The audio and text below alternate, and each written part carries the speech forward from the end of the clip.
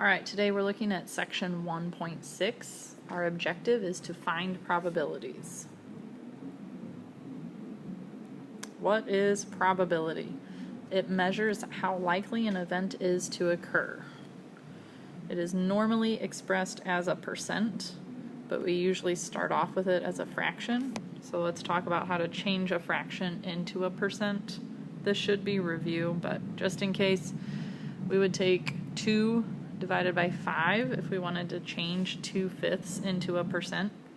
So 2 divided by 5 is 4/10 or 0.4. In order to finish changing that into a percent, we need to move our decimal point 2 places to the right. 1, 2. When we do that, we end up with a blank space here. We're going to fill that in with a 0, meaning that this becomes 40%. We can calculate probability of any event occurring by finding the total number of times the event occurs and dividing it by the total possible number of events. So let's look at some examples of that. For these examples, we are going to want to state all of our probabilities as a fraction that is simplified and also as a percent. So a player hits the bullseye on a circular dartboard 8 times out of 50 times. Find the probability that the player hits the bullseye. So we are looking for probability, or capital P, of getting a bullseye.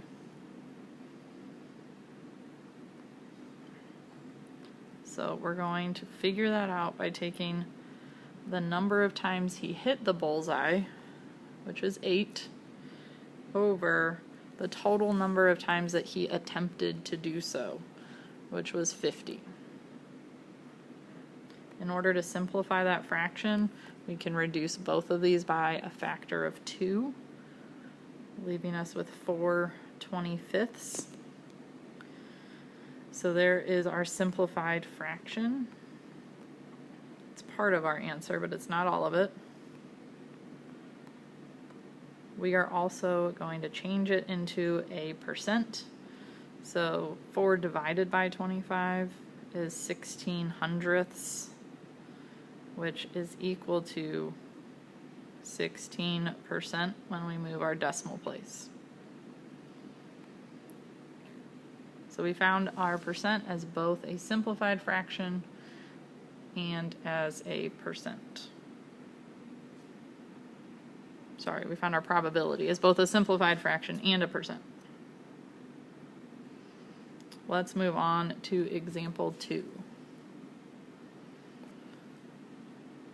Now we are going to find the probability of getting an even number when rolling a standard die. So not dice, just one, a die.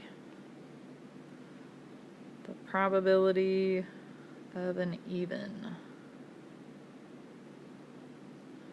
Okay, so there are 6 numbers on any die, standard die. So those would be our total number of possibilities. 1, 2, 3, 4, 5, or 6. How many of those are even? Well, 2, 4, and 6. So 3 of those numbers are even. To simplify it, we take it down to 1/2. So there's part of our answer.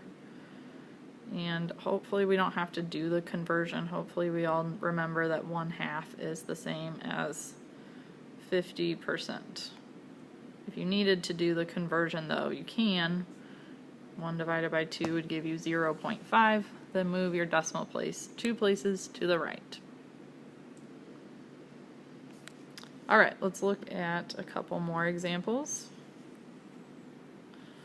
First, we are going to find the probability of choosing certain gumballs out of this machine. So the gumball machine contains 6 red, 4 blue, 2 yellow, and 3 green gumballs. So first we're finding the probability of getting a red. So here is my work for A. The probability of red How many possible times can it occur? Well, there are 6 red gumballs, so 6 possibilities out of the total number of outcomes. So we would add up how many different gumballs we have all together. 6 plus 4 is 10, plus 2 is 12, plus 3 is 15. Again, we can simplify this fraction. 6 over 15 reduces to 2/5. When we just looked at that earlier, we know that 2/5 changes into 40%. So the probability of red getting pulled is 40%. All right, for B, we want the probability of getting green or yellow. So probability of green or yellow. Well, the probability of green is 3, and the probability of yellow is 2. So we have 5 possible outcomes that we're looking at, and we still have 15 total outcomes. That reduces to 1/3. Okay, 1/3 is 0.3 repeating, so we are going to approximate our percent to 33%.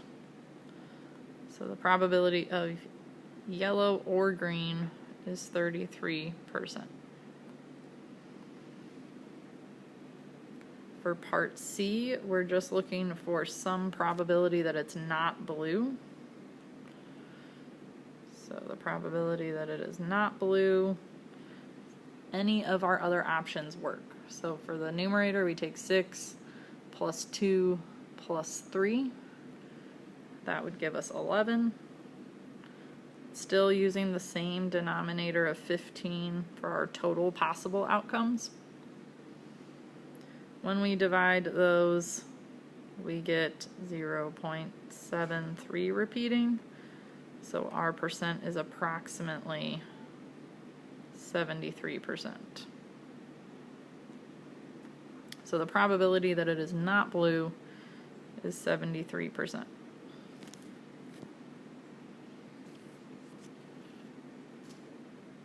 Again, the way we came up with these numbers was looking at the possible outcomes for that situation. Red, there were 6 red gumballs. Green or yellow, we didn't care which one, so we added green and yellow together. That's how we got the 5. The probability that it was not blue meant that it was the probability of it being some other color, so we added all the other ones together, 6, 2, and 3. And again, we got the denominators on those by adding up all the possible outcomes together. So all the colors added together gave us 15. Okay, for our last set of examples, we are talking about a deck of cards. So let me erase some of this to give myself space to work these out. It's important to remember about a deck of cards that there are 4 different suits, and in each suit we've got the numbers 2 through 9 plus a jack, king, queen, and ace. When we talk about a standard deck, we don't include the jokers. Also, 2 of the suits are red and 2 of the suits are black. So all together there are 52 cards in a deck, 13 of each suit. So 4 suits times 13 of each. Okay, so we are looking for the probability of getting a red card. So for A, the probability of it being red. Well, if 2 of the suits are red and there are 13 for each suit, that would mean there are 26 red cards total out of a possible 52 cards. That gives us a probability of 1/2, or again 50%. So the probability of a red card is 50%. For part B, we're looking for the probability of pulling a 4. Okay, there are 4 different 4s inside the deck, 1 of each suit. So we have 4 possibilities out of 52 possible cards. That reduces to a fraction of 1/13, and then we just need to approximate that percent. So it's approximately 0.077 as a decimal, which means that that percentage is approximately 7.7%.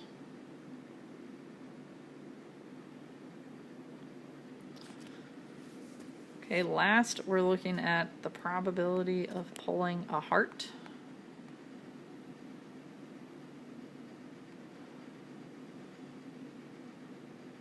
Okay, so out of a deck of cards, again, there are 52 cards in that deck. The hearts make up 1 entire suit, so that means there are 13 of each suit. So 13 over 52, that reduces down to 1/4, which is going to give us 25%.